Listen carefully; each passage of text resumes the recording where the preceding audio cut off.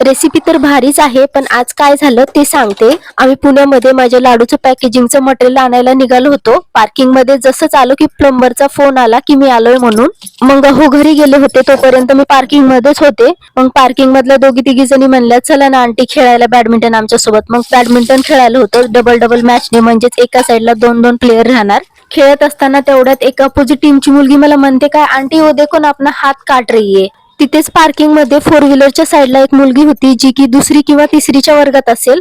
तिच्या जवळ गेले तर पाहिलं काय तिच्या हातात छोटासा ब्लेडचा तुकडा होता, तो अगोदर घेतला.